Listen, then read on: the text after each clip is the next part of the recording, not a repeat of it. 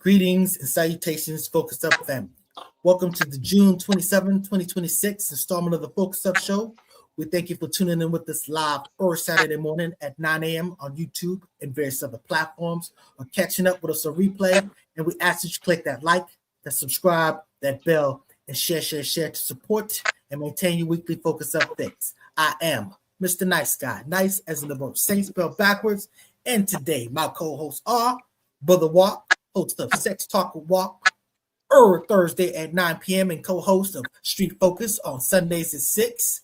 We got Afro Agnostic, star of those Afro Agnostic videos on social media and co-star of Objective Deconstruction, which is often Saturdays at 10:30.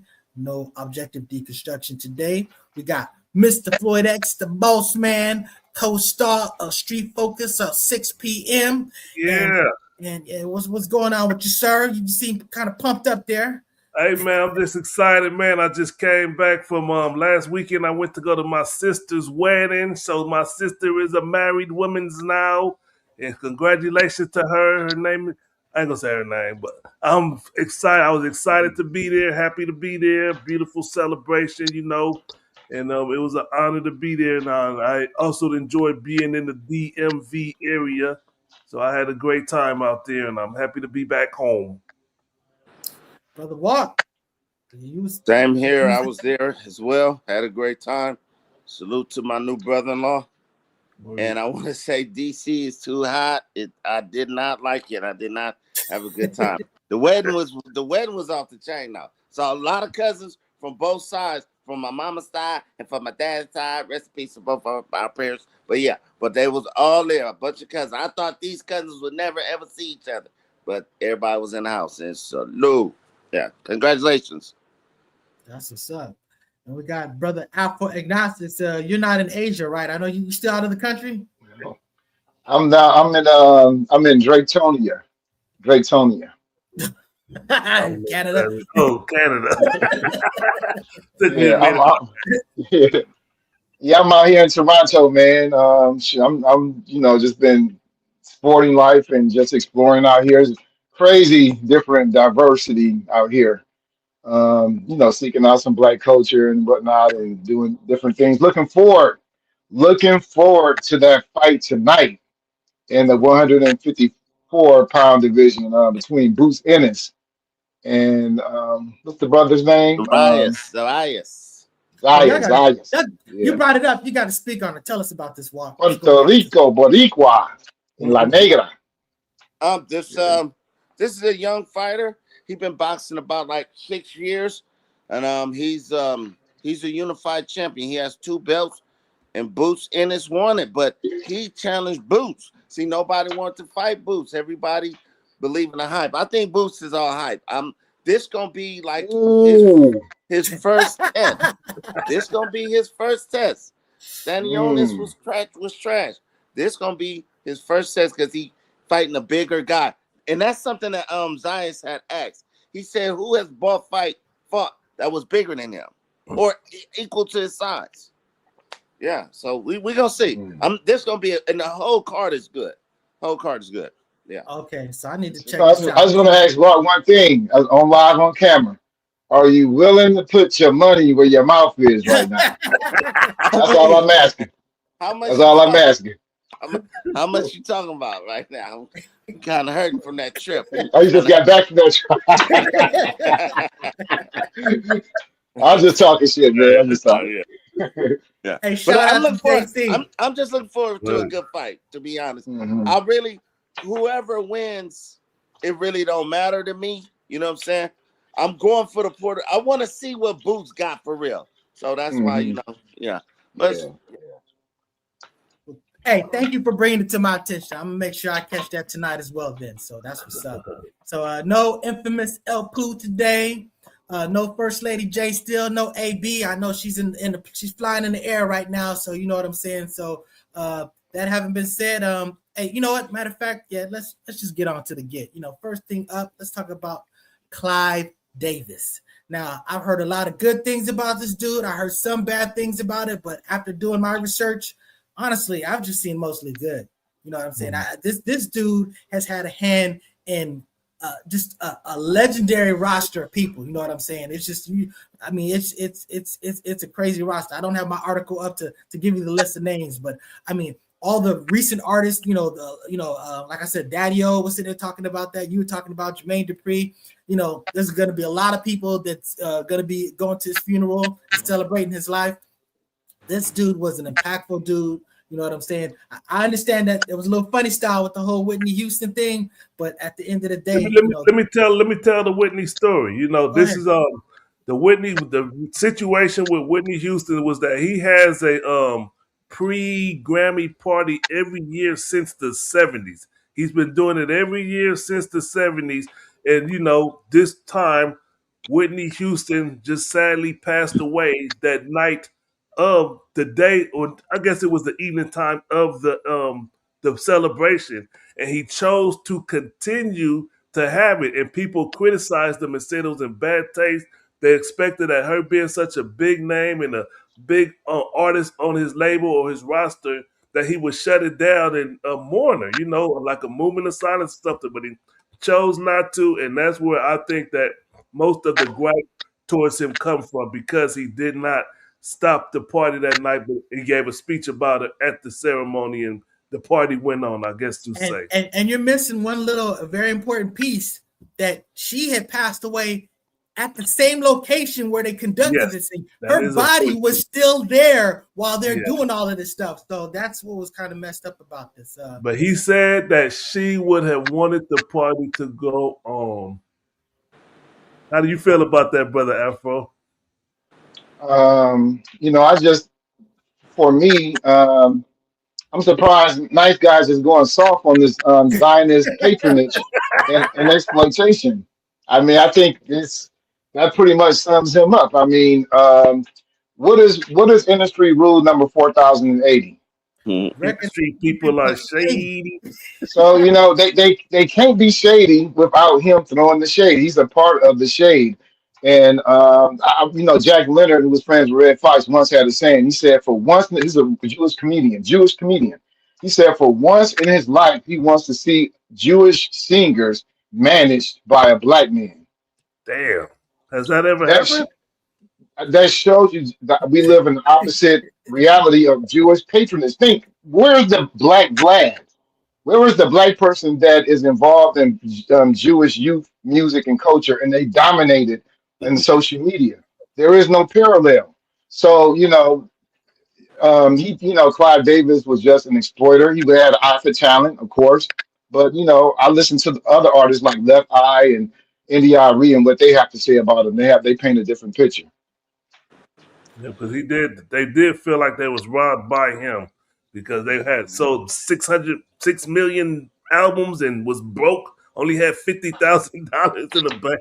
That's a sad shit. Yeah. Brother I'm just tripping on what Agnostic said. Are there any Jewish singers that anybody care about who making any hits like that? That's kind of a bad comparison. Like I don't. Okay, I got a better one. Okay, the NAACP, the National what is it? Negro Association. Association Advancement of Color. National Advancement of Color People. Okay, they didn't get their first black president until like the 50s. All of their presidents were Jewish. The highest reward that you can get is the Joe Spingarn Award, which is he's a Jewish person. There's no parallel even in the political world where black people dominate Jewish political organizations. So you can look at it that way too. That probably doesn't happen in any other culture other than white people, as far as dominating somebody else's culture. But go ahead, Brother Watt. But Jewish white people in particular. It's just the same thing, brother. Jewish whites, they the same thing. What's the ain't no difference. That's a religion. But anyway, look, I don't really have much to say about Clive Davis. He did a lot of good. He did a lot of bad. He exploited a lot of people. A lot of people took him to court for a lot of things. The thing with Whitney Houston, that was disgusting, because she was just a major celebrity that put a lot of money into that to that record label, to his pocket. Like, come on, have some respect. Let's have it lit tomorrow. I think people would have understood. So yeah, that was kind of disrespectful. I wasn't feeling that at all. Another bad thing that people looked down or didn't like about him was how he did Phyllis Hyman, when she was going to be his big star, and then came along Whitney, they say he just pushed Phyllis Hyman to the side and then grappled and put all his heart into Whitney Houston. And I think she passed Suicide. away from She committed suicide. suicide. She committed Yeah, she suicide. passed away from suicide. Come on, that's pretty interesting. I know that's kind of characteristics of artists, but like how a lot of artists under your umbrella have died of drug overdose. Janis Joplin, and things Jack, like that. That's interesting. I good mean, but point. he did put in a Whitney. lot of work to try to get, like, he did interventions with Whitney and stuff. Like, he made efforts to get her out of that. One thing that I'll say that he kind of did screw with her career is that when she was trying to like do more black music as opposed to poppy music, he really rejected it. So she wasn't very embraced by the black community. So there's that famous incident where she got booed at that black award. What you know what I'm saying? The situation. I forget which award show it was, but it was bottom line. It was like a bunch of black people booed her because she just she was doing pop stuff. She wasn't R&B. She was, you know what I'm saying? So and again, that was part of his strategy because he was like, this is kind of disrespectful. He saw that Motown, they had their little thing and Stax had their little thing, but he had a bigger thing in mind. You know what I'm saying? So he was trying to make people more commercially acceptable for the masses and stuff like that. And, he did blow these people up, but in that also, he did sort of like maybe water down these people's music because at the end of the day, they weren't, they were literally trying to get away from sounding black. That was literally, something that was part of, his strategy. So that's kind of ugly. But I never saw 5 niggas on Elvis Presley album cover. Word. Remember that? What's the name? Jermaine Dupri said he should be honored and they should have like some kind of ceremony for it. He said Clive Davis was a great person. I don't have the exact quotes, but he gave praise to him. And then I remember I also heard what's the EPMD Eric Sermon. He said that he went to dealing with him. He said he went to one label, they offered him 2. He went to another, they offered him 4. He went to Clive offered him 8. So that's where his second solo album was on that one. And so, he said he was thankful for that. And, apparently he helped out a lot of black people. And so he probably was the DJ Vlad before DJ Vlad. He distributed Diddy's music, stuff like that, Notorious B.I.G., all of that stuff. A moment of silence for all these great white men. They do so much. They help us. Leeches. But that having been said, rest in peace. Just the same, he's a human being. He's passed. I'm sure that there's a lot of family members that miss and cherish that person. So at the end of the day, rest in peace. Let's talk about the transcrimination. Boozy Badass. Now, go ahead. First, you gotta give props to the original Black Thought. That was Brother Afro with transcrimination. That's the original. And so if you run with it, you gotta understand that came from Brother Afro Agnostics. Yeah. So I slightly misunderstood this situation because I was strongly defending Boozy, and I'm not saying I'm not anymore. But go ahead and sit. I'm saying you explain this because, as I understand this, he's having a topless pool party, and he basically said no trans people at the party. And I'm thinking basically like performers, people that everybody's oogling and looking at. And to me, that's completely sound. If you're just talking about people that just can't come to it, that's when I go, okay, now you kind of. His house is choice. His house is at his house is his choice. You can let who you want or don't want in your house. And look, let me say this about Boosie Badass. I think he's smart in the sense he know how to stay in the headlines and keep people looking and trying to see how they could tear him down. Especially, I think it's similar to Dave Chappelle. I think Brother Afro would probably agree with that as far as an attack or looking for somebody what they normally say punching down or whatever on trans and the what they call that? What's the word? I'm looking for the intellectual word. Homos. Not homos. You're talking about the alphabets, the acronym, the LGBT. Oh, to my LGBTQIE. Everybody try to act like they just can't figure it out, man. It's like 6, 7 letters, man. LGBTQIA. See, you add stuff. You keep just adding added two stuff. more to it. Damn. And I don't know if you're No, joking. Yeah. Keep adding stuff. LGBTQIA. What the Yeah. IA Hey, stand what's for, if you IA? don't mind? The I is intersex and the A is asexual. See, I thought you was joking. I couldn't tell if you were joking or not. I Okay, knew he was okay. serious, and I knew that they kept adding it because it used to be the LG. Yeah, it's limited. But go ahead, brother All right. Walk. What you got to say about this boozy badass situation? It's my party, and I cry if I want. This is really just it's his party. He don't want him there. Yo, what's the big deal? But it's just publicity. This is a troll. He's trolling the LGBTQIA community, and that's all it's doing is bringing attention, record sales or whatever. He probably got another project coming out. He just released a new album. And wait, watch this. And you know they gonna show up now. They gonna show up. They gonna be outside his mansion or whatever in full force Rainbow Coalition out. So this is just good promo for everything. You know what I'm saying? Afro Agnostics, what you got to say about this? I'm just, man. I think folks are emphasizing like it's his choice. It's his house. It's invite only party and things like that. But it is still discrimination. Like a white person can say, I don't want any blacks at my party. I don't want any, people who don't pass the brown bag test or whatever. But it's still discrimination. And I discrimination. disagree. No, discrimination is legal to do. You just can't do it on the job, in the housing, education, things like that. But it's legal to do. You can discriminate against anything. You just can't discriminate in the public sector or in terms of things like that. But that's all I'm saying. There's a reason why discrimination is illegal or unconstitutional, and that is because you deny people equal opportunity. Now think about this party. It's not just a party, it's also a place for networking, job potential, things like that, socializing, amongst people who have things that have money. So again, this is a way of excluding a certain sector based on things that they didn't choose. Okay, let me push back a little bit. You said based on things they didn't choose. I'm saying like their gender identity. They choosing to look like women when they really men. So they chose that. Well, let me ask you this: did you choose to look like a man? When I knew I was a male, I said, okay, I want more masculine feel. I didn't try to grow my hair out, and I didn't try to put on makeup. No. Man. I'm saying before you went through puberty. Now I'm saying when you were young and you decided like who you liked and your identity, I think it just came natural. It wasn't. There was no day particular you can point on. October the 5th, I decided to be a boy.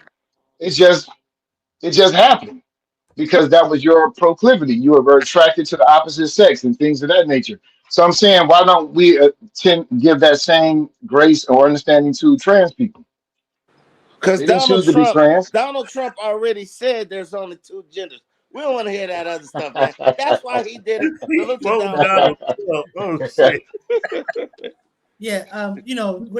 Not to go too deep in this. I mean, we understand that your wiring, your perception, all of this stuff, it's more bigger than just your biological, exterior. Not only that, we understand that there's more chromosome connections than other than just X and XX and XY. We know that there's more stuff than that. So at the end of the day, I will say this. If I was thinking it's like a performance. I'm thinking about, you have a party and then you have people that are there for everybody to oogle and professionals that you come in to oogle at and stuff like that. As a man, you're not necessarily bringing in trans women for your homeboys to oogle at.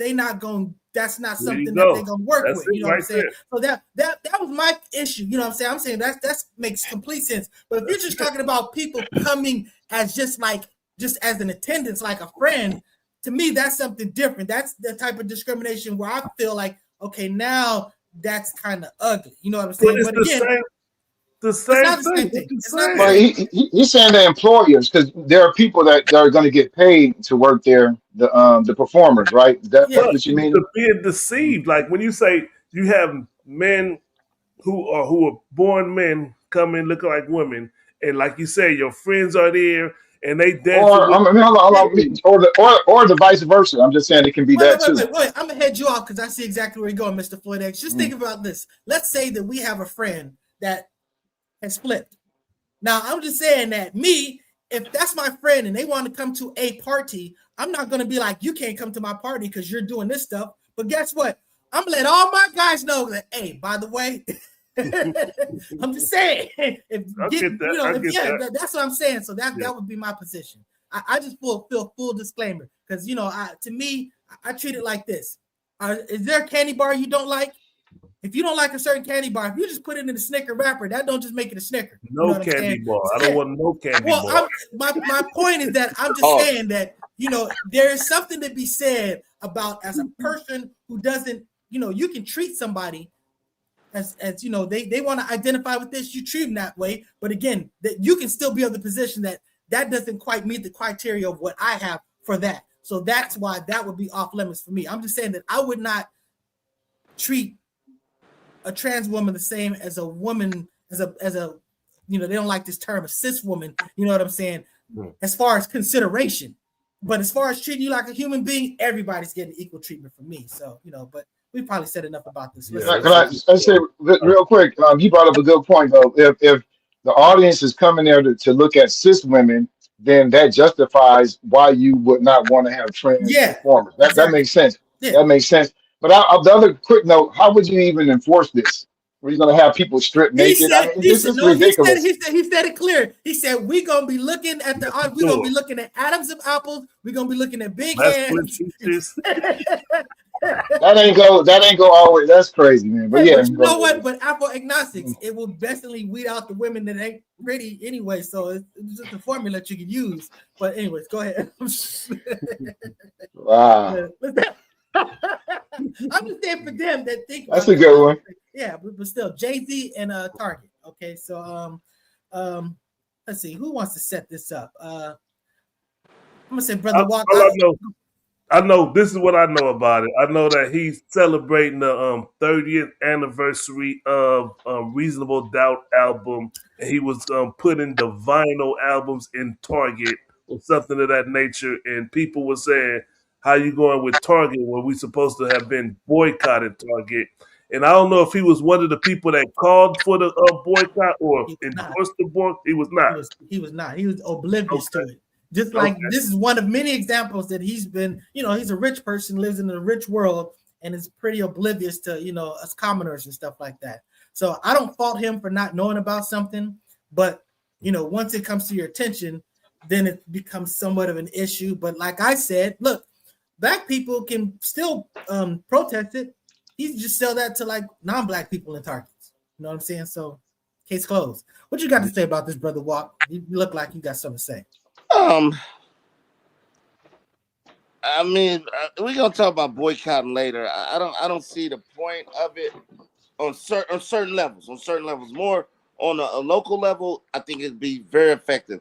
This is not really going. This is really just bringing attention to Reasonable Doubt to me, because I didn't know when you talking about it. I'm just learning about what the issue was, and I'm like, yo, that's dope. 30 years. And he's selling the record. My stepdaughter, she just bought an album player. I might have to go to Target. See? Yeah, that worked. Reasonable Doubt, one of the greatest hip hop albums of all time. Go ahead. What were you about to answer this question? Say your question again. You may not have heard. You're not boycotting Target, Walt? No, I forgot what the issue was. I boycotted Walmart for like 6 years on an online campaign, and I don't think I really affected the company that much. But yeah, no, I'm not boycotting them. I don't go anyway. I go. Yeah. So then you are boycotting them. Afro agnostics. What you got to say? I think that I do fault Jay, man. He's a billionaire and he has enough money, to talk to experts and be informed about the subject. I think that Jay-Z is like a pattern, crisis opportunist. Like when gentrification thing. When gentrification. Yep. Yeah. And I think that NFL. he's kind of doing what Jamal Bryant was doing to the Target boycott. He just hopped on it and put his face on it and took it over, and then he's negotiating for his own pockets. It seems to me, without the. And I think with Jay, like the gentrification situation in Queens, and then him jumping behind that to get the Mets situation, and then promising to do X, Y, and Z and jobs and all this, and it's similar to what happened with the NFL and Rock Nation. Colin So I don't know. Yeah, with Yeah. Colin Kaepernick. So it just seems to be a pattern where he'll exploit an issue that we have and for his own Hey, for a business deal. For a Dame business deal. said everybody know Jay-Z ain't shit. Mm, Well, I'll say this: he does try to redirect the narrative. You know what I'm saying? It's just mm. like when he was basically just saying, "Auto tune is dead." Just because now that you take this position, you trying to speak on the community and sway them one way. It's like, we don't need to be doing this type of boycott or this type of activity is not the activity to do. We're gonna do what I say, but we're gonna do it. I'm just saying that maybe he's He's probably trying to lead the culture. it's not a good flex. He's trying to. I mean, but I want to give this this. So this is probably our Rumble crowd here. You know what I'm saying? Black fatigue, get a job, get a life, vote Republican, get out Snap. So we all got jobs. We all got lives. None of us are on Snap. You know what I'm saying? Right. But you keep being you. Thank you for your click. But that's the ignorance that you try to distinguish and clarify because Well, I mean, that person that just commented, that's just he in his own little bubble. Obviously, you know what I'm saying? Like, but I think idiots like that should have a little voice. He voiced his opinion. He feels good. Keep watching the show. Tell your buddies about it. Get them to come on and give us some more numbers. Like Ali, see, all them people that want to see me lose, they buying tickets. Facts. Yeah. So y'all want to jump yeah. to that? So it really sort of like blended into a greater discussion. Walk brought this up, and Walk and Apple, we're just talking about, is boycotting effective in 2026? Apple agnostic. Oh, go ahead, Walk. You go ahead. Go ahead. Well, the reason I asked because with the case with the Chinese guy, I'm sorry, I don't know if he was that nationality or not, but the guy the Asian store owner that shot the little black young boy who was running and shot him in the back and got self-defense for that. That's crazy. But but a lot of black people have been on code with boycotting Asian stores. And then Asians have responded talking that video was circulating around there out there. Like, yo, what y'all gonna do? Where y'all gonna buy y'all hair? And where y'all gonna buy y'all eye? Like really? Like, because everything that we buy from them, we can either do it ourselves or there are black stores that buy it. So I'm part of this this boycott because I'm tired of the disrespect. Like, even now, today, you walk into some stores and they're looking at you like you up to something like that. That kind of irks me. I'm like, damn, I'm 50 years old with that. Like, you know what I'm saying? So, but now, is it effective? I think it could be effective majorly on a local level. But stores like Walmart, Target, Best Buy, big stores like that, I don't think it's really that effective in 2026. Brother, Apple agnostics. Yeah, the reason initially I hated this question because the question kind of presupposes everyone understands what a boycott is supposed to accomplish. Like, what is the purpose? And they understand the whatever goal particular boycott has. Because, like, if you don't understand those things, there's no way to measure, like if it's effective. Effective. Like, we don't. Yeah, I don't. It's kind of like boycotts are like sanctions. Like when the national government puts a sanction on another country, some sanctions are effective and some are like the sanction on Iran made them go to China and build, so there's a lot of moving variables, but so a boycott is neither effective or ineffective. It's a tool, and if it's used in an organized, proper way, it can be effective. Yeah. Yeah. Totally agree. You got something to say about that, Mr. Flood? Yeah, they said it all. I don't need to offer. Well, I mean, I think they are effective, and I understand the situation as far as boycotting Asians I remember years ago when I was in the nation, and we was trying to help one brother or a sister. She was trying to open a beauty supply store, but she said the problem she kept running into is that Asian distributors wouldn't sell her the product she needed to compete with the Asian store. So I boycott, it should have been a long time ago that we boycott Asian stores, and it ain't out of anger, it's out of, hey, if y'all do that, like brother was talking about with the sanctions, you do things to get better results or fair quality or whatever you want to call it, but we do have to boycott. And I think it's effective. We just are less inclined as black folks to join boycotts because we enjoy the comfort of the things that we get. Who gonna boycott Walmart when you go to Walmart and get everything you want? You're gonna be like, man, I need that thing for $2. So that's the problem. Is to make it more effective, it got to be something major for black people to join on board because everybody's comfortable today. Hey, I want to give a shout out to the nation because I was reading something that the Minister Farrakhan was saying. He's like, he said, when integration came into the existence, everybody was basically so happy that now you can go to this white diner and eat. He said, once you did that, he said, what happened to all the black diners? Yeah. What happened? The bottom line is people are so excited to be able to eat in these white places that they basically, forsook the black places, and that, we lost a lot of economic power and stuff like that. So, Yeah. I'm gonna say real quick because it's just on the topic. I mean, just effectiveness. I think that you kind of made the point. You can't just boycott generally Asian businesses. Like you want to be strategic. We're going to boycott this nail salon, and then we're going to slowly get a black nail salon to replace that one. So you want to go about it in a more strategic way, and then us thinking that we can just replace them in their stores. That's not work for a lot of different reasons, but one of the main reasons is because in those places they have slave labor. It's semi-slave to slave labor, and they have that because of the language thing. So I mean, we don't have that resource as a language to compete with them like that in that way. That's why we're talking about putting more resources in the community. We have to demand, call them to go towards the government for that, not with a handout, but with a demand. Brother Walk. Speaking, this we don't necessarily have to boycott these businesses. I'm feeling like it should just be a way of life, just to shop black owned in business like that. And my lady, her sorority sisters had showed us this list of black owned businesses in the tiny city I live in Lancaster, and we went to this restaurant. We're gonna have to sponsor them. I already talked to the owner, black owned from St. Louis, called the Cracker Jacks. Bro, good food. They smoked the briskets for 16 hours. I know that term right there. Listen, stop talking while I'm talking. Y'all come on, my brother. I'm sorry. Cracker Jacks, not the Cracker Barrel.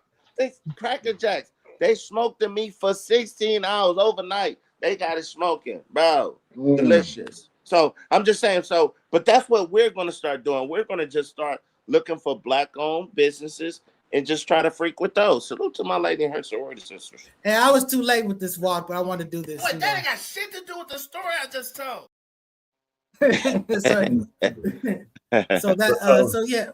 And did you put up that last comment by that dude? I did. He said okay. So this must be our Rumble pile. Not miss that one. Yeah. So thanks for tapping in. I'm saying they already do. They already do. But I agree, Walk. You described it better. It's not so much about boycott. It's about patronizing our own. Basically doing business with our own stuff. And I agree with that wholeheartely. So where's that guy at? Let me talk to him real quick. What black business have you ever been to, guy? What's that knucklehead? What's his name? He's watching a black business right now. All right. Thanks for your support. Give a nice guy. So you want to go to the commercials? Yeah. Go to the that was good.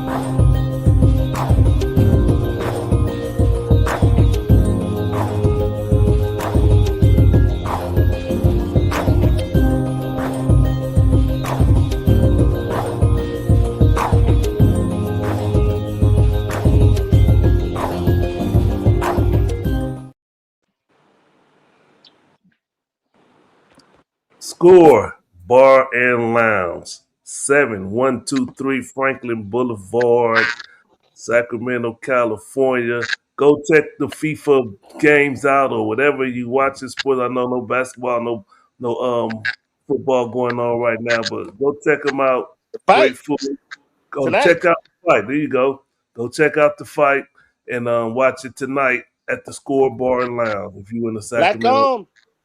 black owned, great food, reasonable prices, all the works.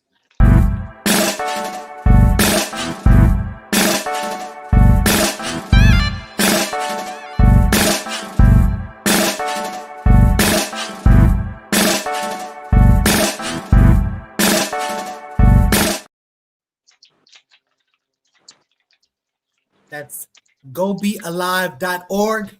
Black owned, black loved, black honey. And if you want to get it in person, go to the Afro City Marketplace at the Crenshaw Mall. That is still there, by the way. And to the Petty Vice in Venice. And Sister Nidra, she said she's gonna come back on. So she'll give us some updates on what's going on in the world of black honey.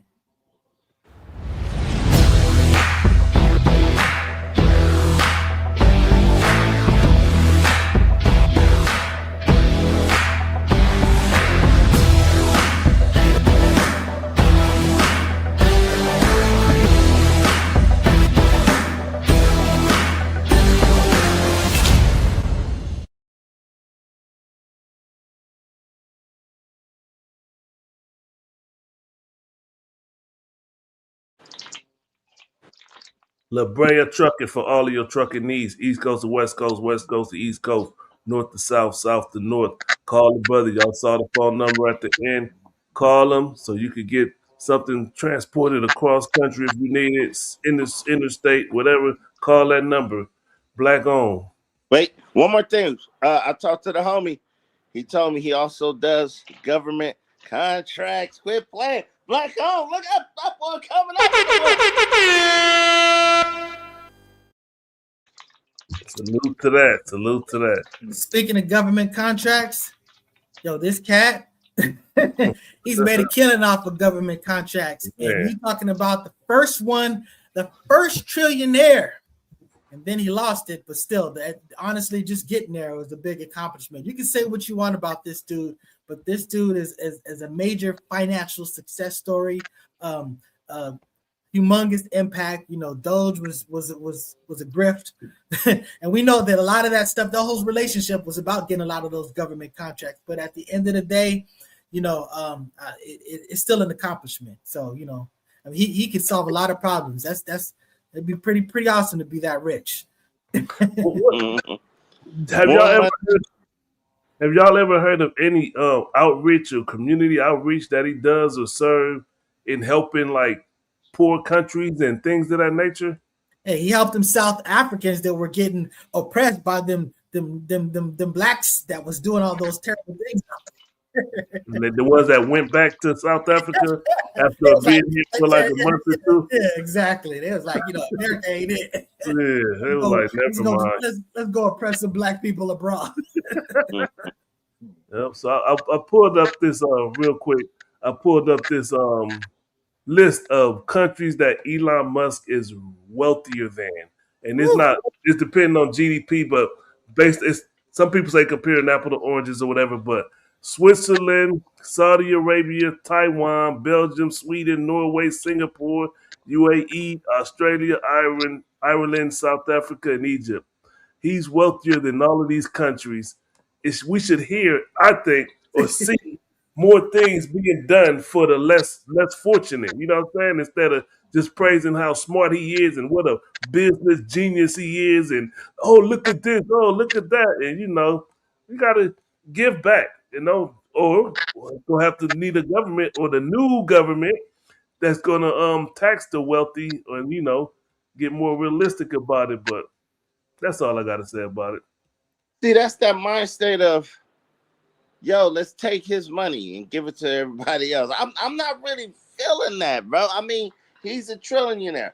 That's more money than he will ever be able to spend, even if he died and came back to life like 10 times. So I mean, but to take his money, what he earned for his ideas and his business savvy, more power to him. That's the only way I could see it. Is And it if really business savvy? Sorry for interrupting you, bro. yeah, yes, yeah, don't interrupt me while I'm interrupting you. That's Winston Churchill. But no, I do because you hiring the right people. It's just like a Diddy. Diddy knew who to hire. Diddy wasn't no beat maker and producer like that. Diddy would come in there and add a symbol and take credit, but he knew who to hire to make these songs that we was listening to for all these years. I think that you the man behind the machine. You're the brain behind the big machine. You know what I'm saying? So it was Kanye. He had a good team together. Put a good team together to do some things. Hey, that's an accomplishment because a lot of people identify him as being this scientist person, but he's really just a person who employs a lot of scientists. But he kind of gets out of their way. He said, he's trying to move to Mars. Hey, that's some crazy stuff because scientifically it doesn't make a whole bunch of sense. I mean, it's just, Mars is going to be such a terrible climate. As Neil deGrasse Tyson says, if you're worried about, terraforming Mars, you might as well just terraform Earth. Right. If this place gets so unlivable, just fix here instead of trying to fix way over there. And it'll just be so problematic to get over there and just all these other things. I mean, they're gonna have to do something about the moon first anyway. So anyways, it's probably we should do a show on that. We should do a show on, like should we, and have the other planets and shit like that. I hear what you're saying for sure. Hold on, man. I gotta say, I didn't get it. Come on, man. Like I want to say, we almost got out of this. We almost got out of it from not having any. You want to say, with that type of money, he can help solve problems. No, he caused problems obtaining that type of money. You know what I'm saying? When you concentrate wealth like that, it is intricately connected to creating poverty. It's creating scarcity. I mean, this is basic physics. So that we got to think about this from a labor-centered perspective. You know what I'm saying? No one person should have that type of power. $1 trillion. I mean, that's just imagine one bill being $1 billion, and you have that 1,000 times. I'll be that day, baby's happy. But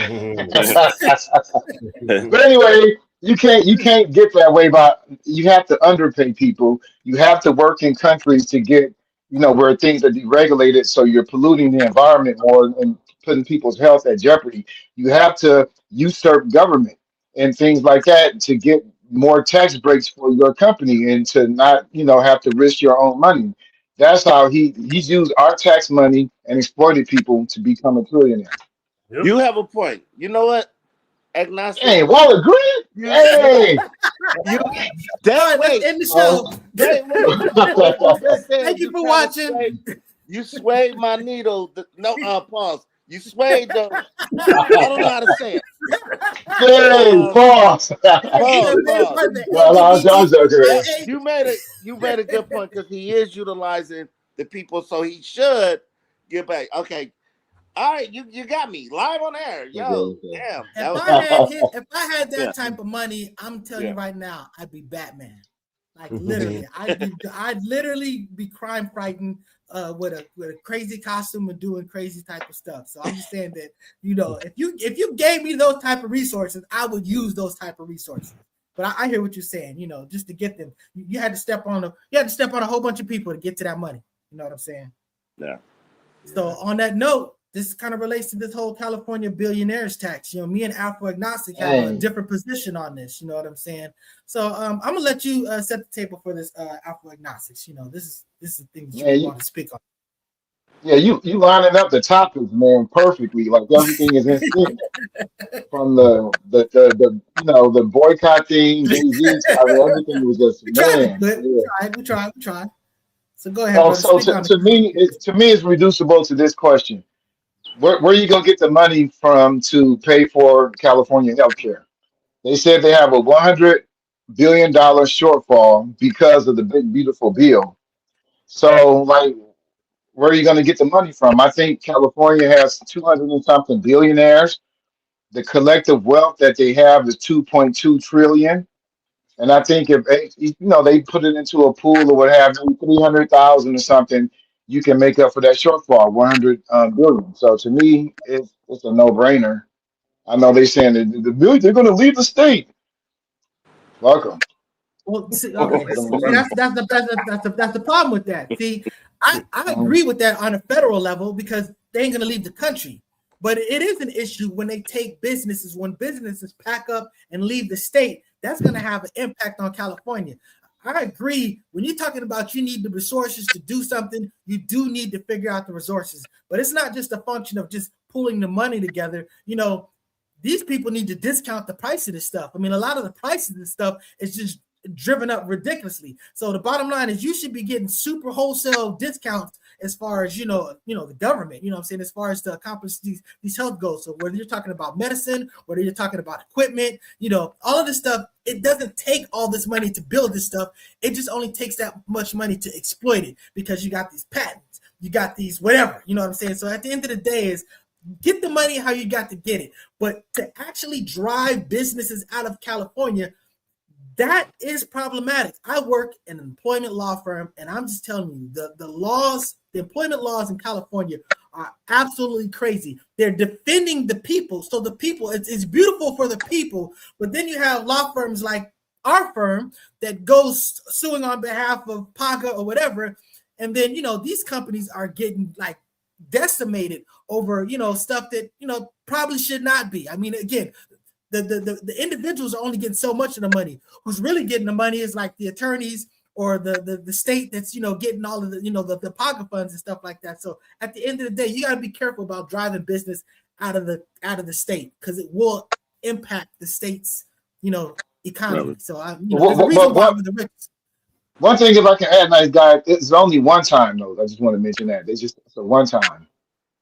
You said it's a one-time what? I don't got no problem with that. Yeah, it's a one-time tax. Yeah, it's just not. It's going to go back to normal the next fiscal year.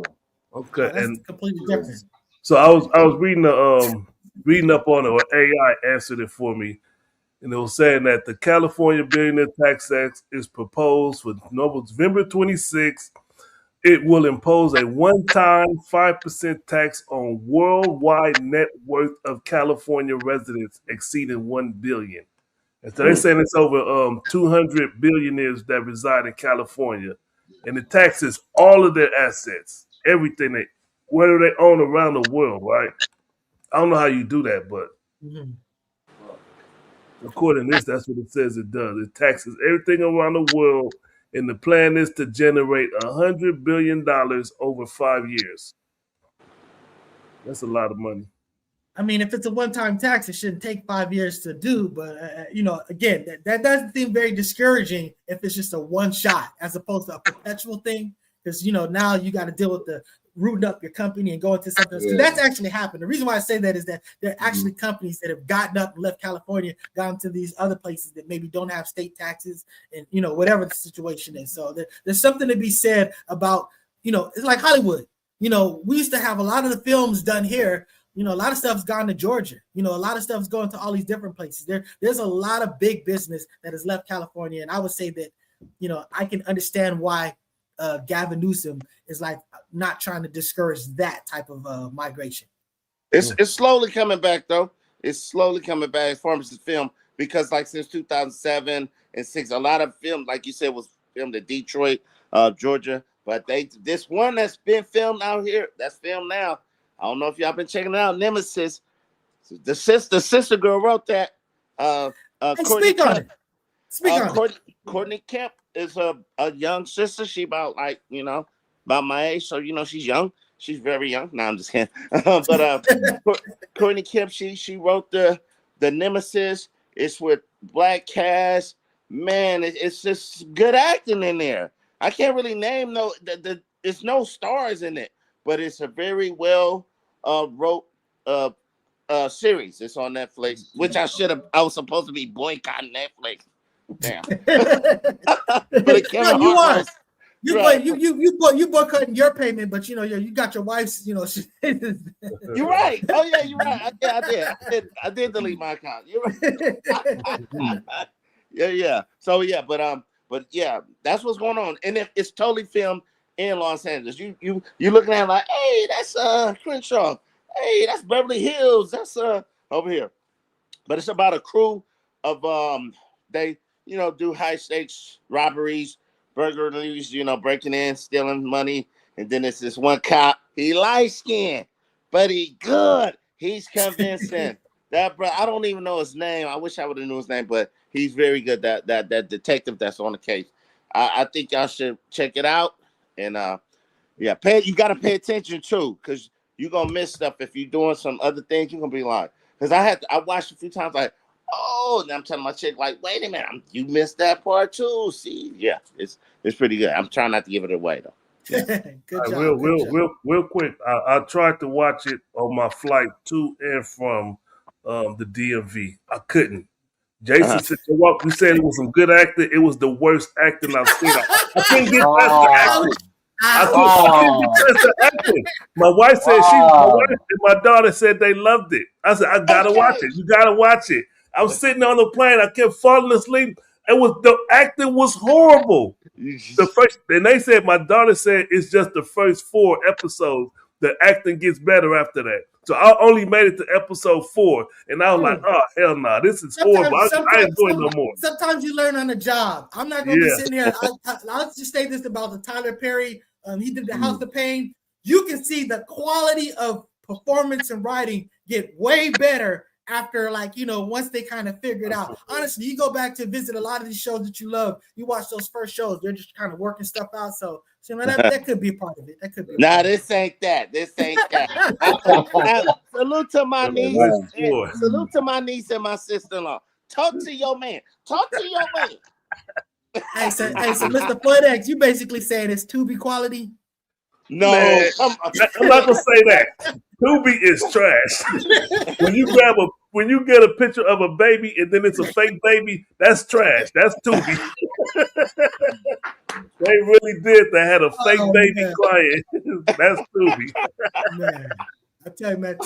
I'm just telling you, Tubi is something else. It's something you gotta witness just to see. But sometimes it's just outrageous for the sake of outrageous. But at the end of the day, I used to love Tubi movies because they had all them fine chicks. But I can't even watch it for that no more. It's not even. It's too bad now. Like, man, too bad. Yeah. I got a quick question. So there are Tubi movies, but that are. What is the difference? Like, I watch Everybody Hates Chris on Tubi. Okay. No. That's Tubi. Yeah, go ahead. Tubi produce and they have writers for certain movies that they put out, but it's really owned by Fox. This is really Fox Studios doing this black exploitation crap. Effing like we so horny and just effing. Just I met a guy and I'm effing him right now, and then I'm effing it. Yeah, it's kind of bad, but I'm not think about it this like there's a lot of people that are aspiring actors out there. A lot of people are aspiring writers and producers and stuff like that. Not everybody's got the budget. So the bottom line is you got the A tier, B tier, C tier. Well, there's a lot of D tier content out there that ends up on Tubi. Now, Tubi plays like stuff. So, obviously, everybody experience that was, that's mainstream stuff. You can just see it on Tubi. You can see a lot of old classic, shows like on Tubi. You know what I'm saying? But we're talking about the stuff that's their first run is on Tubi. Yeah. That stuff be super low quality. Yeah, no, they produce it. Tubi is producing. They're hiring actors. That's why you see the same actors, the same females, same guys, and the same directors. Like, I've studied Tubi. Like, I know how to find a good Tubi movie by the director. His name is Reed the second. He you look at him as the director, that's when you see like, oh, this is gonna be okay. This ain't gonna be the fake baby and all that crap like that. And, oh, he's dead, and then you see him moving like to get in this shot. So yeah. So yeah. You know what? Let's talk about the speech of democracy. You know what I'm saying? Yeah. So over there in New York, Mondami, the progressive Democrat, that basically kind of taking things by storm in New York, and he's been endorsing some sort of like left progressives, and they just been doing some things. So Now, a lot of the go ahead. Trump called these people the communists, and he said they're gonna attack Christianity, and he didn't directly point it at the ones that won in New York, but he was insinuating the communists attacked us good Christians, and this is his words: attacked us the good Christians, and we got to fight that, and it's just gonna get bad. The people that don't know don't know. So he had a whole spiel. He gave some freedom of religion form he was speaking at or something, but it was a whole, in my opinion, the whole point was to try to combat what Zoran Mandani did by all the people that he endorsed won. And I was watching on Savvy Sab, and she was speaking about the commercial that they did uh, promoting these people, and they say he gets it, and he's a future leader, and that's why the question is this the future of democracy? You could say, is it the future of American politics? However you want to word it. Let's talk about it. What's y'all take on it? It's the wisdom of champions. The wisdom of champions. You better pay attention to New York. But what you got to say about this, Brother Walk? I like the Mandami guy because I like how he didn't just come out like, oh, Trump is the reason that, like, he said, I'm gonna work with Trump if I can. He's the president, and that's smart. That's the same thing Elon Musk did. You got to work with this dude. This dude is the most powerful dude in the freaking planet. So that makes sense to work with him, and I like that. You know what I'm saying? Even though Trump off his goddamn rocker right now, you know what I'm saying? But yeah, but you do have to work with him. I like he has a different approach. It's not the same old like, oh yeah, like a robot. He's trying to do different things, even with the subway system. I think he made everything free or something like that. He's doing some things that to keep that city moving.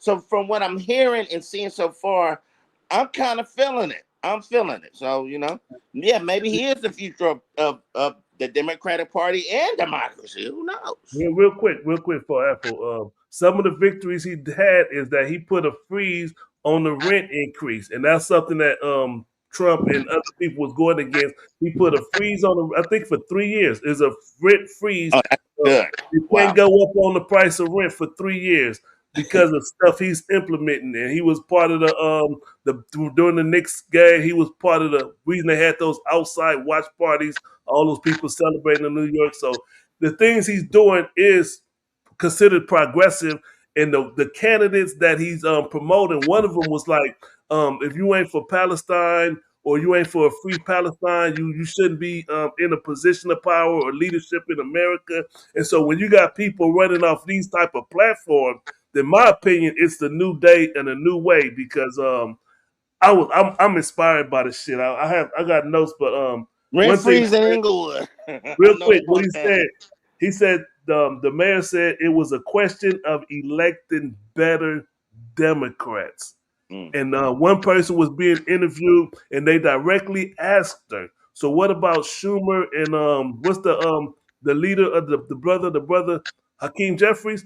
She said, and she directly challenged them by name. And it's like it's going to be a infighting within the Democratic Party, just like we celebrated the infighting within the Republican Party or the GOP. It's about to be infighting. I think the revolution's here. Afro agnostics, go ahead. They late to the party. They late to the party that you already been at, but go ahead. I agree with everything Floyd says. I think that there's a battle between the progressive and establishment Democrats, and that New York is an example that the progressive Democrats can win, and that's definitely going to have an impact on the Congress, because you're going to have more progressive Democrats. So I mean, it's not going to win the Congress for the Democrats, but I just want to say, man, just a quick preview. United States history. Okay, there was no democracy. The only people who can vote were white men who owned property, and then things changed. If you were just a white man, period, guess what? You can vote because you had a dick. As long as you had a dick, you can vote. Then later, if you were white and you had a vagina, you can vote. And then if you're later and if you have all those things, no matter what color you are, you can vote. So the trajectory of democracy has been expanding, becoming more diversified and more inclusive. I just want to emphasize that because the Democrats right now are the progressive force, have been for most of the 20th century. In the latter part of the 19th century, the Republicans were.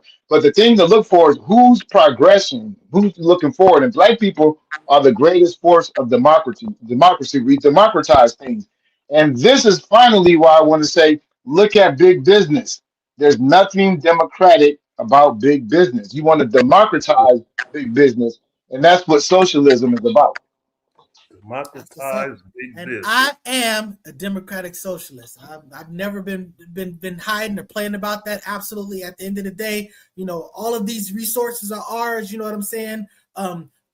I do believe in respecting your trademarks, your patents after a fashion. At least it's something to exploit. But at the end of the day, I say God don't give a damn about no copyrights and no patents. If I can build something and work on, if I can take this formula and build it with my own resources, this should be mine. Period. You know what I'm saying? But at the end of the day, I want people to be fed. I want people to have shelter. I want people to have clothes. Beyond that, we can do all your work and your individual stuff, but everybody needs to have the fundamentals. So I absolutely appreciate it. I don't agree with you. I don't believe you on that, nice guy. I'm sorry because, okay, what are you doing for the homeless? You live in the city. What are you doing for the homeless that you see every day? I give homeless people that I see every day money, but again, it's not my burden to take care of. Again, I'm a hard hand. I'm Team Thanos. So if you really want me to piss you off, we can talk about my position on half of humanity. You know what I'm saying? We're talking about the homeless. You just said you're social, democratic socialist. So you saying it has nothing to do with homeless. So how much money? How much of your money you distributing to the homeless? That's again. Wait. Well, again, because if a democratic socialist means this, it means that look, the bottom line is democratic is that we'll vote for it. It isn't one person making all decisions. It's basically everybody will vote on it, will come to a decision. But the difference between socialism, again, your police, that's socialism. Okay. Your fire department, that's socialism. You don't pay for that; they just provide that. So there's a lot of things that in America we don't live in a capitalist country. This is a mixed economy. It has socialist conventions. It has capitalist conventions. I don't believe in capitalism unchecked. I do believe in fundamentally socialism. So that's my position. It has nothing to do with homeless person, especially how they got there, whatever. Again, I have a heavy hand. I'm going by, you said resources should be distributed to everybody. I didn't say that. That's not what I said. That's not what I said? I said ownership. I said ownership. We all own the world. We don't just own this place. Like I'm a homeowner. Okay, so I quote unquote own this property, but I'm saying as a human being, as a living creature on this planet, we own all of the earth. So I was just talking about ownership. I wasn't talking about parceling out and giving out the stuff. Anyway, there's nice guy. Can you explain to me one of my Dami's initiative is to own a city-run grocery store. How would a city benefit off of a city-run grocery store? Well, hey, do you remember Fedco? Yes, I remember. Fedco was basically a city-run. It comes from Fed. You know what I'm saying? It was literally, as I understand it, Fedco was basically like a city-run Walmart, so to speak. You know what I'm saying? That literally you had to have membership. You had to be a federal employee to even be able to partake in it. But I mean, it's sort of like it's like Sam's Clubs and stuff like that. But the bottom line is the way a city would do it, and it's just basically this is how communism works. If the government owns it, now you can basically say, okay, we're gonna buy this from you, but we're gonna pay this much for you, and you're gonna accept that because we're the mother effing government. This isn't about making a profit. This isn't necessarily about trying. We don't have quarterly meetings to sit and go, hey, look at our graph. It's not going up enough. I mean, at the end of the day, you need to be making enough to sustain it. But it's just like a nonprofit organization fundamentally. But the bottom line, ownership is the city. So that's why you have your investment. You know what? The Green Bay Packers are owned by the city. They don't have an owner of, like an individual. So that's how it's done. And I support that like 1,000%. And then one more thing he wanted to do is go from Right now, the minimum wage in the city of New York is 17. By 2030, he want to make it $30 minimum wage. Hey man, that's all the Democrats have to do in order to win. What? Increase Go the ahead. federal. Hmm? What you said, just the federal minimum wage, make it $30 on the That's it. federal level. Then no state can go below that No, why you say no state can go below that? No, he's because saying they can't. It's the federal. If it's federal, they have to. The federal minimum wage is very low. Most states, their minimum wage is higher than the federal minimum wage. Yeah, so. Yeah, so Yeah. the bottom line is they can't go any federal is the lower. They absolute can't go. the federal is the absolute minimum. But if the states are going over it, they can, what I'm saying, they set their own individual. But he's saying that if the Fed sets the limit, the state must at least meet that or be over it. So if the federal makes it, then that affects everybody. I put it this way: if you do that, the prices of things are going to go up ridiculous. I mean, there's something to be said about, instead of just increasing the income, about decreasing the cost of things. You know what I'm saying? I agree. I agree with Well, that. Let's end the show. Well, thank you for tuning in. I'm just kidding. hey, and I'm also drinking, so that's probably. That's right. but look, if you put a big tax on alcohol. Hey Put a man, big you tax put a on. rent freeze. pour a little of that into my drink, man. You know what I'm saying? But look, if you do a rent freeze and then you increase the income, that's being methodical about it, right? That's a hell of an idea what he did. Yeah. I'm telling you, in Inglewood, they would love that, a rent freeze. Freeze it where it's at, because people I know who live in that city, it's like, damn. I'm talking about apartment renters, not owners, homeowners, and not none of their own. But yeah, that, because they've been doing that for years in Inglewood. Inglewood is ridiculous right now, bro. Yeah, and that's why certain places, that have rent control, you kind of take it for advantage. Yeah. But when you go out to these further out places that are still in California that don't have it, then you're just at the mercy of what these people, because your rent can only go up by so much. There was a situation where we had these variable mortgage loans and stuff like that, and then they just shot up. And people, they went from a mortgage, like, let's say it was like $14,000 to like $3,000. How the hell are you gonna pay for that? You know what I'm saying? So that was behind 1,400. Yeah, 14, to 3,000. So So the bottom line is that's why you had the whole housing crash and stuff like that. And and that's gonna, that basically connects to this whole other situation. The housing bill that they're trying to work on. And the Republicans and the Democrats, everybody's like, this is a good idea. Everybody is agreeing with it. Trump was like, yeah, it's a good idea. And then Trump goes, wait a second. I really want the same thing. I'm not going to sign it. I'm gonna throw a tantrum because you guys still ain't signing off on my Save America Act. I want to make it extremely difficult for people to vote because I'm concerned about the integrity of the voting process that is about like 98% effective. You know what I'm saying? Right. So what I'm saying? I think this is his swan song. He's about to jump the shark right now. Yeah.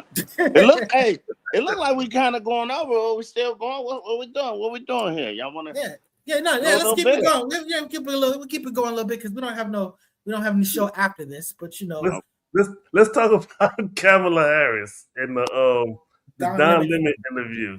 Listen, this is my take. I don't want to be bashing Kamala Harris. Listen, I wanted her to, Spoiler alert, he's gonna be. I wanted her to win. Listen.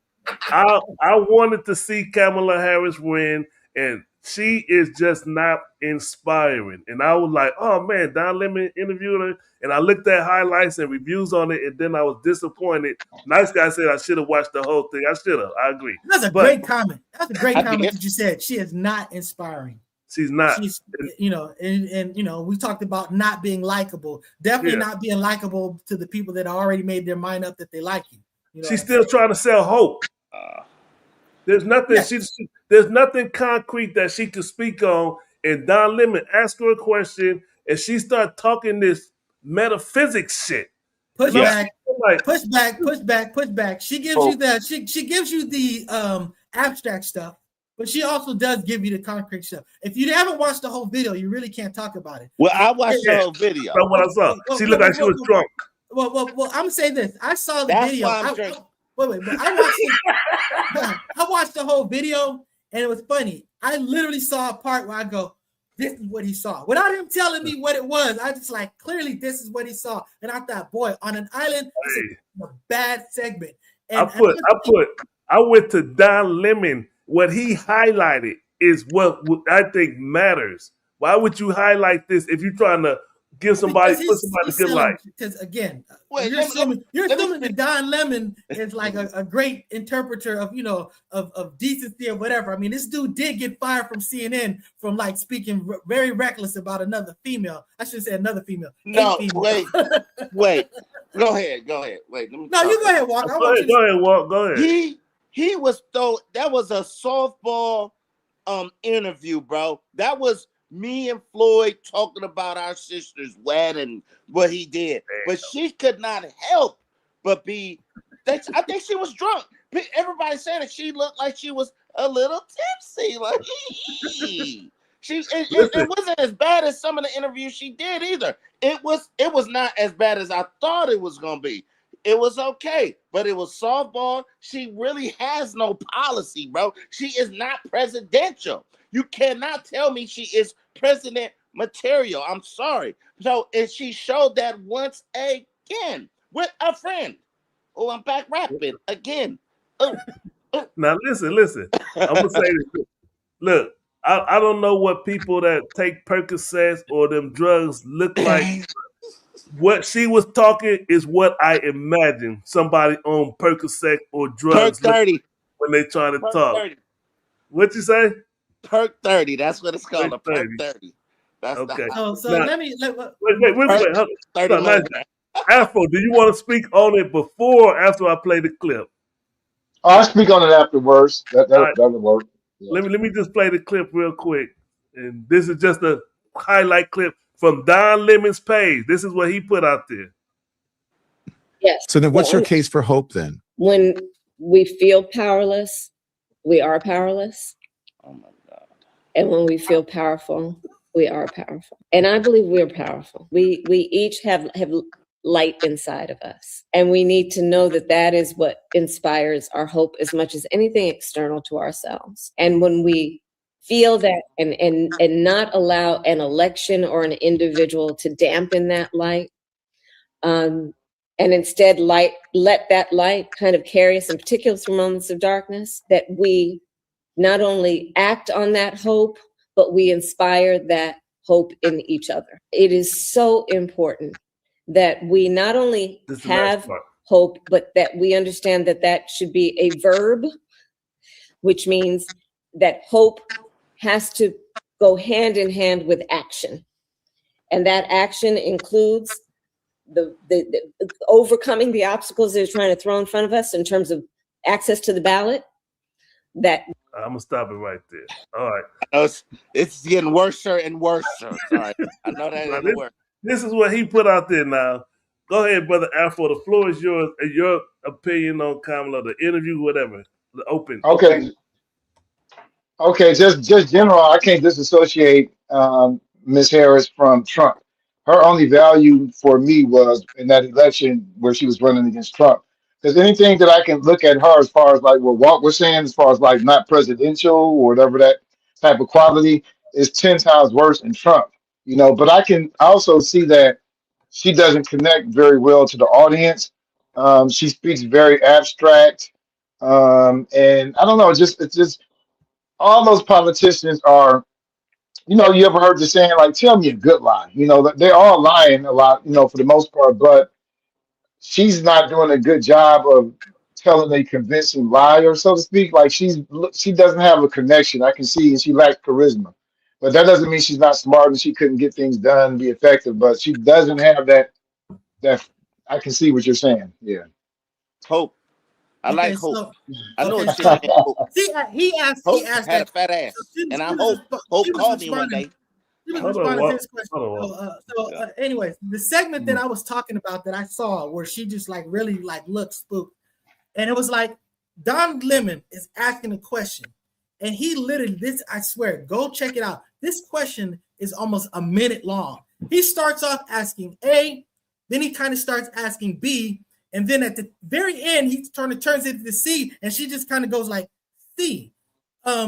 let me go with this answer. You know what I'm saying? And you can just tell she was working on A, trying to migrate it to B, and then she just kind of just hopped on C, and it was like a fumble until she righted the ship. It was not a good segment. But I'll say this: she definitely speaks very abstractly. This is literally what I told Mr. Floyd X before the show, and I was saying that that's not going to resonate with a lot of people. You know what I'm saying?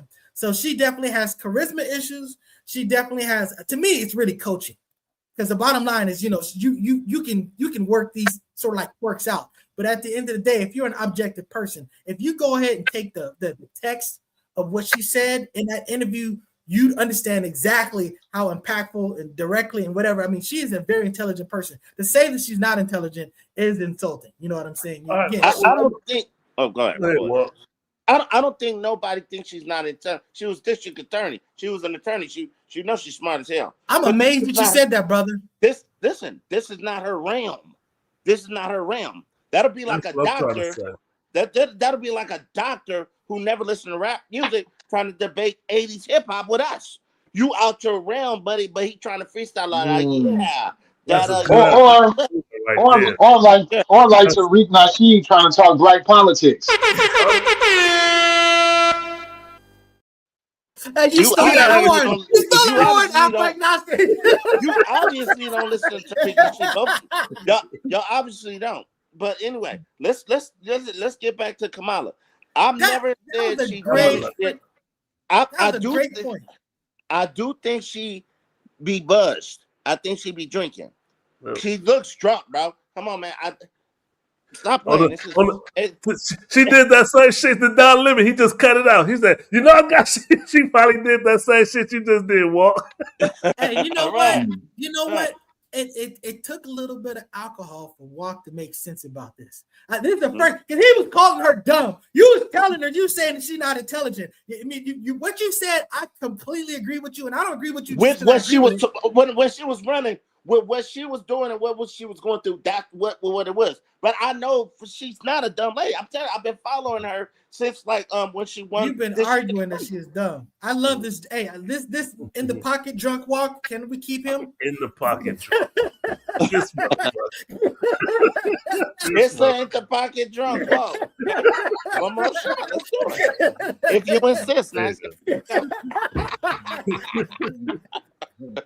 I got paid last night. I'm like, fuck that. That's what it is. So I need to send you some sipper and stick a little money into your account. And you go, I've been up early morning working, bro, like clean up shit over here. But anyway, yeah, I'm making an excuse of why I'm drinking. But anyway, hey, but real talk, I just think she's not there. Like you say, she can't connect.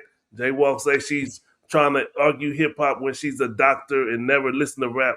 I mean, we can't use people like that in leadership that we could get behind and hope to fight the fight for us as the regular folks. You know what I'm saying?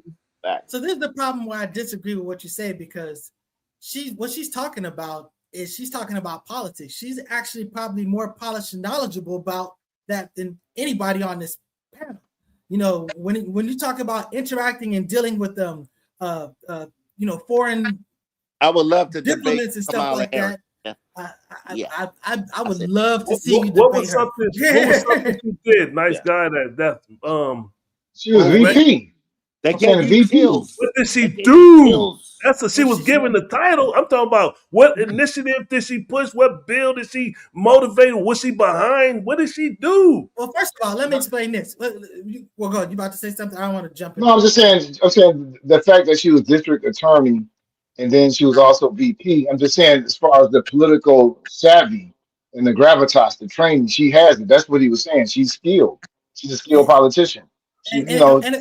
And again, a lot of put it this way, a lot of the deficiencies that I see in her communication, to me, these are like small fry. This reminds me of Hollywood Shuffle, when he says just because he had a fine woman, but she had bad breath. He said just because a Mercedes has a dent in it, you don't turn it in or something like that. So I'm just saying that even though I do see how that doesn't come across to other people, I do say I can still like objectively analyze what she's talking about and how it's relevant. To say that she doesn't have policy, she's very specific about her policy. She was very specific about, this is what I want to do for black and for black businesses, this type of money, this type of fund. These were very specific things. So when you say that she doesn't have a policy, it's kind of an insult, and it's not really taking a sincere analysis. He said name something. He said name something. You run around in a circle. You ain't named nothing. I'm saying every that's not a policy to say that she actually created a fund that she was giving back black businesses or whatever businesses. You get this startup money, this whatever that you recall. That's a policy. Is that not a policy? This is when she was vice president, or are you talking about before? No, I'm saying, hold on.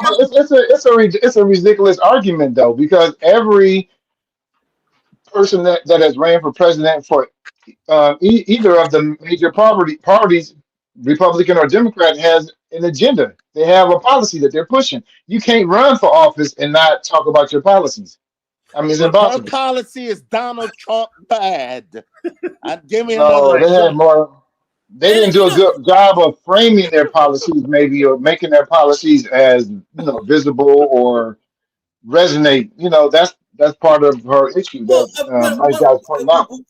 One of the things is that people associated her with Biden. So if you had like affordability issues, you know what I'm saying, and then you just think like, okay, Donald Trump is a businessman and he says that he can bring the prices down, that resonated with a lot of people. And what I say is that was gullibility. You can say that he did a good job of selling it, but I say people did a bad job of discerning it. I mean, his policies that he were talking about that were going to bring down the border. All the economists were saying that's not going to do that. You know what I'm saying? Sanctions. So exactly. So that's what I'm saying, that the people have a response. Look, I get it. She has a responsibility to sell herself, and I don't think she's a good seller. Honestly, I don't want to see a woman running. I don't want to see a black person running. And the reason why is because I don't think people get caught up on that bullshit. We were arguing forever whether she was black, and it's like she's not even arguing that. All she's doing is arguing her policies, and the whole discussion was about whether she was a female, whether she was black. So I'd like to take all that into account. I don't want you to be Jewish. I don't want you to be gay. Because at the end of the day, I want you to get someone up there who's not going to be doing this MAGA bullshit. You know what I'm saying? So, again. I kind of agree with you, nice guy. I kind of agree with what you just said. It's sad that that's what it is. But let me say this. I think that with Kamala Harris, she should run for president. She should not run for governor of California because she won't win. So when she loses the presidential race, it won't be as crushing as losing straight in the city where she claiming that she's from. Because that's what she want to do. She want to run for governor, but she knows she can't win. She's a flawed candidate. I think that'll be better. She won't win. She will not. They literally, as the California governor, they did like the polling and stuff like that. She led in the polling. Oh, no shit. But I'm not even saying that she should do that. I'm just saying she will not win in California. Okay. And she will not win. As opposed to if she gets nominated as a Democrat, if she gets nominated at the Democrat and there's a Republican going against her, she's going to win. It's that simple in California. I mean, come on. You know what? Clearly, you it's like a New York mayor. New York mayor. I think you're falling out the pocket. So could you stop sipping? But anyway, go ahead. This motherfucker, nice guy. I said like a New York mayor. You got to be Democrat. That's just. But I was wondering if AOC, because Chuck Schumer, his position is up in 2028. What topic are we on? Well, see, the problem is this. You talk about the establishment. You don't have to just win over the establishment. You got to win over the voters. So you're talking about the Republicans that are completely on the right. Then you got the Democrats, the centralists that are close to the center. And then you got the progressives that are far to the left. It's going to be, very tough to win over those people going far left. When you talked about they're not far left, man. They're a little to the left. Well, they're further left. And I'm just saying the further you go left, the more distant you're going to be from the right and from the centrist Democrats. And a lot of times, one of the reasons that Biden was so effective is that he appealed to sort of like the center. He wasn't too far, but he felt safe. So the people that were okay with checking down from Trump, they were okay with passing off to this old white guy. You know what I'm saying? But there is a problem about electability nationwide if you go too far left. I agree. I love a lot of the far left principles, but I don't necessarily think that the country's going to be okay with that. Well, you got to have a movement that's pushing things to the left, because that what becomes far left, at one time was moderate left. You know what I'm saying? Yeah. Or what was moderate left becomes far. That changes. And who was left and who was right? That all that stuff has been flipped. Yeah. So we always gotta we set it on the basis. So again, but yes. So that's what I'm saying. I would be concerned about the general electability of someone like Mamdani. You know what I'm saying? I love for what he's doing in a democratic environment, but I'd be very concerned about what he'd be doing in a general environment. Floyd did bring up that point one time when she was Ms. Harris was on the Breakfast Club, and she talked about listening to Snoop Dogg. It was something that wasn't consistent with history. She was trying to connect with black people. It was Tupac. Yeah. It didn't. Somehow it didn't pan out time-wise. It didn't make any sense. Tupac just got to high school. She was in college. Yeah, he wasn't signed yet, and he was still living in Baltimore. But you know what? I mix up time all the time, so what I'm saying. You look at these all these excuses. Every time you I do. I'm saying, how many times have you heard me say that I'm not good with the passage of time? I have no concept of doing that stuff. Oh, but you remember that, great at it. Huh? But you remember that though. You remember what? Remember? Yeah, I was. I might remember it where I listened to something, but I might conflate it with another experience. Human beings do conflate memories. In fact, that's a very but if you was a real Tupac fan, you know where you was when you first heard, or when he was Tupac killed. You know what I'm saying? Like it's kind of like people. I don't remember where I was when I first heard Tupac. I don't remember where I was. You a damn. You know what station in life? Were you middle school, high school? Middle school, high school. I don't remember. Where was the first time I saw Tupac, I think was maybe or whatever was he was in that movie with Chevy Chase at the end, Nothing But Trouble. So I don't know what year that came out. So I have no concept. 90. I tell you all the time. I tell people for real. I have no concept of time. So I was arguing with Walk that MC Light that Latifah came out before MC Light, and I was confident. I was confident about that. But then when I looked up the reality of it, I was like, I was wrong. My first memory in the record store, seeing the tape, because we was boosting, you know what I'm saying? I was like, oh, that's that dude that was on Same Song. You know what I'm saying? That Tupac dude was like, let's get that one. Let's check that one out. Let's see what he sound like. So, yeah, I remember boosting. Eastland Mall. You have vivid recollections. You have vivid recollections of time. You talking about his first album? I don't have Tupacalypse. Yeah. I don't that's have the second vivid recollections. That's the first. No, the one that Trap. You guys Brenda now got having a baby. concept. You are not. Yeah, that's Tupacalypse. That's Tupacalypse. No. Let's put it back. No, let's go. My bad. You're right. You like Kamala. The second album, you can conflate memories. It actually happened. Because Tupac was, I didn't like that album at first. I was like, that's whack. But when I heard it for my niggas, Brenda Got a Baby is a that was the one. Song. I feel like that song. Soldier Story. That was like a play on Jonathan Jackson and George Jackson. So that whole story resonated, man. It was like they finally pulled me over, and then I laughed. Remember Rodney King, and I blast on his podcast. That was hard. But I wasn't feeling that first one. But when Strictly for My Niggas came, I played that shit like 100 times, just back to back, listening to that shit, feeling like I was a Tupac. That shit was wild. I was 19 in the Navy, on the ship playing that shit every day. Shit. But that first one. Gotta live in hydrogen live. I gotta die. Fuck it. Hey, we talking about Tupac. His birthday just passed, I think, last week. June 25th. June 25th, I believe. Shout out Tupac. Tupac. For sure. Salute. Yep. Yeah. So that right. having been said, I don't know if we want to speak on the other stuff. I know Tucker Carlson and MGT said that they're leaving the Republican Party, but they just they fussing. They gonna vote for the conservative person next, whatever. That's just how that's gonna be. The deflecting pull. This dude was talking about how he said you can take a knife and cut in, and you couldn't even do any damage. Then he's like, someone took a knife and cut in and did the damage, and the bottom line. So yeah, that's BS. I mean, this clown doesn't understand that he wanted it to be blue. So yeah, he went and got the blue because he thought like, oh, it's gonna look pretty, but the blue actually impacts how it collects heat. So it actually created a more ideal environment for the algae to grow. So look, the problem is just fix it. No science. Yeah, but science. That's what it is. So no science. Yeah, he's just a effing clown. He's like y'all said, lame duck. This is gonna be his last whatever. At the end of the day, I hope whoever takes over the reins is just a whole lot more responsible to this, and we can get back to.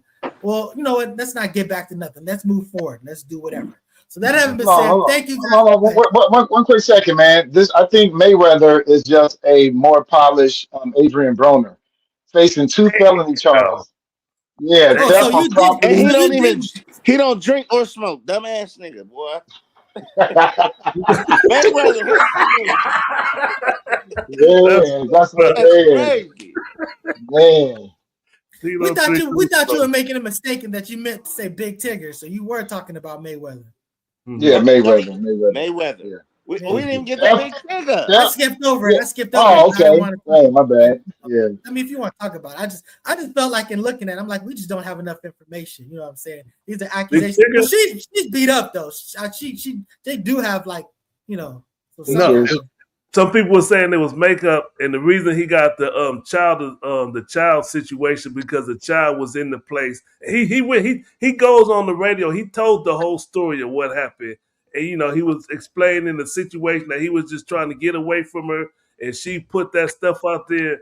And you want to know why I got this bruise on my face? Ask my husband, and just making the muddy in the waters for him. And then he got arrested for it, and it's a bad situation, and to me, it just comes down to selecting the right woman to be with. And I don't know what he used, what metric he used, but man, hey, people. But that's why your ass should not get married. You know what I'm saying? When you...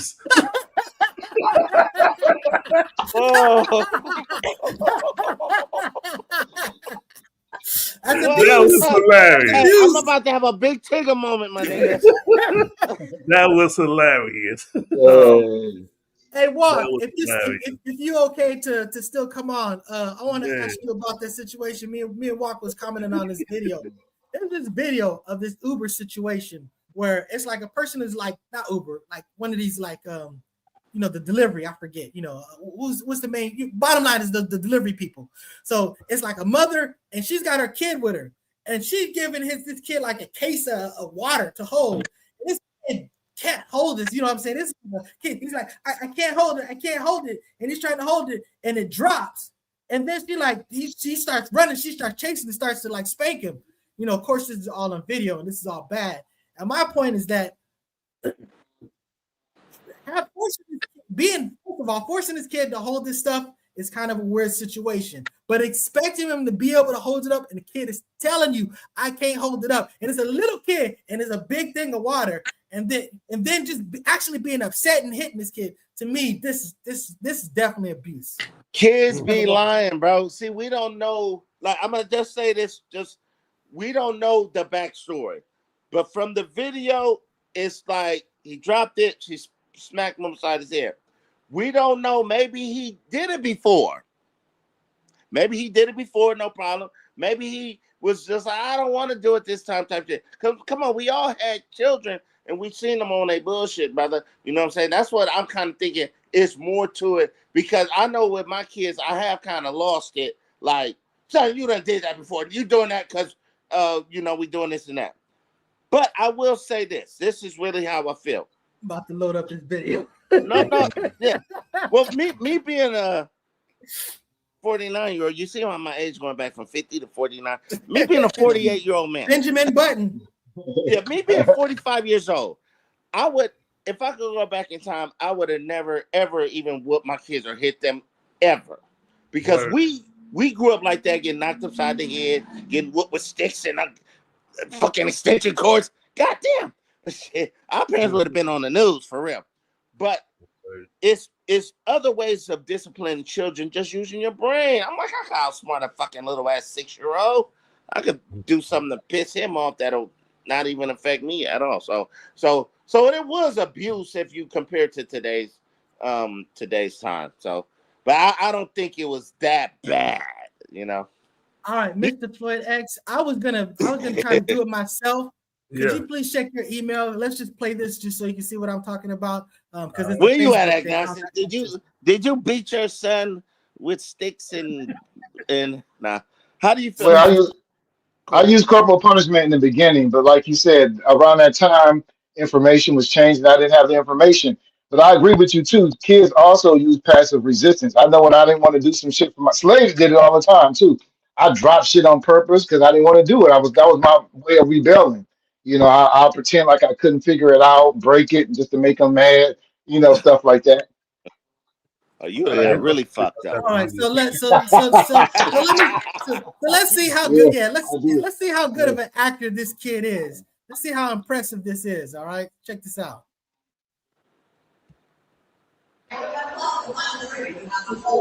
The Florida Instacart worker is facing very heavy charges after a doorbell camera captured her hitting a child while she was making a delivery. I'll carry that. You carry it. Now, what about the one you have to hold it? Which game? That's faking. He's faking. He's faking. How hard that was. He didn't even want to carry the basket. A neighbor saw the video and alerted the sheriff's office, leading to the arrest of Lowry. She was booked into the St. Johns County Jail, and she was later released with a no-contact order regarding the charge. Oh, now you think that water was not light? To see the little toddler holding that stuff, I wouldn't even think in my mind to hand this to like a little kid. I'd be like, there's no effing way that you're going to be able to hold this up. You said Tyler. How old do you think that young boy was, Mr. Nice Guy? I'm gonna say he's like what, 3? No, he was older than that. He looked like 3. Come on, man, he could barely walk. See, Nice Guy's on that lawyer shit. No, I'm just again. I don't have a good concept of time. I don't have a good concept of time, and I don't have a good concept of because look, walk. I'm gonna tell you this for some reason. Hey, listeners, listen to this, okay? I have a condition that doesn't allow me to keep any visual information. So literally, once I close my eyes, everything ceases to exist. I can't recognize faces. I can't visually go back in time, anything. Everything is, only thing that I hold on to is information. So therefore, that can easily be skewed one way or the other. I have no concept of how old a 3-year or 4. I'm just trying to think that he's old enough to walk. So he's got to be older than like 2. And he sounded like real whatever, so that's why I said 3. But again, I can't compare. I have no type of visual thing. I don't know what none of you mother effers look like. I could not describe you to anybody else. It doesn't work like that. I don't have the physical capacity to do that. He looked like about 7 years old. 7-year-old might be old enough to hold at least 7. Yeah, that was. And you said I've seen little girls in foreign countries, man, carry like way more stuff. But she said, "I'll hold the basket. You hold this." He didn't want to hold the basket. He just was, you know what I'm saying. But that's the times we're in. She taking young boy to work with her. She got shit to do, and she probably needed help going up them stairs. Like, damn son, help me the fuck out. Like, she got it there. She got it there. I mean, if she distributed at that point in time, she must have been carrying both of them to get it there. But she probably didn't want to leave them in a car because that's abuse too. See, it's all kind of factors. Bringing that or leave him at home by herself. Yeah. Yeah. See, that's why I need a man. Hey, wait, Floyd X. I was about to use it. My brother Floyd X came with a saying. We was at the wedding. He said, that's what you need a wife for. That's what you need a man for. It goes both ways. The Boys and Girls Club for a very super nominal fee. You can stick your kid in there and they'll watch it, whatever. It's for nothing. Not at night. Not at night. Was Not that at I'm night? just doing Was that DoorDash. at night? That's all night. Not DoorDash is night on. You can do DoorDash anytime during the day. I DoorDash all the time during the day. That's what I'm saying. So who gonna watch your kid while you doing DoorDash? She needs some help. She needs some help. She needs money. She needs some help. But I want to say I think that's ridiculous. Her going to jail for that. I mean, just that was messed up. That was messed up. I didn't play all that. I didn't hear none of that. I just saw it drop. It looked like a little kid. Honestly, it looked bigger to me than him. And honestly, water is heavy. You know what I'm saying? A case of water is heavy. So yeah. And he's gonna feel guilty that he caused that. He caused his mama to go to jail because he wouldn't do because he was slacking. Or maybe kids don't give a fuck. Maybe he's a demon seed. Yeah, these kids are calling 911 on grass. he I know if I ever called the police on my dad or did something that I wasn't supposed to do that caused him to go to jail, I might as well run away. Never get out. Yeah. I used to tell my daughter all the time, you do that, they better never let me out. Dang. They better never let me out because I'm a Ruby Ridge up in some other effort. So that having been said, on a nice positive note, thank you for watching and all you Rumble people with your hostility. Boy, these comments have been outrageous and crazy. Too bad we didn't get around. What up, Chud? Thanks for supporting the black business. Like, subscribe, share. All y'all. Peace out.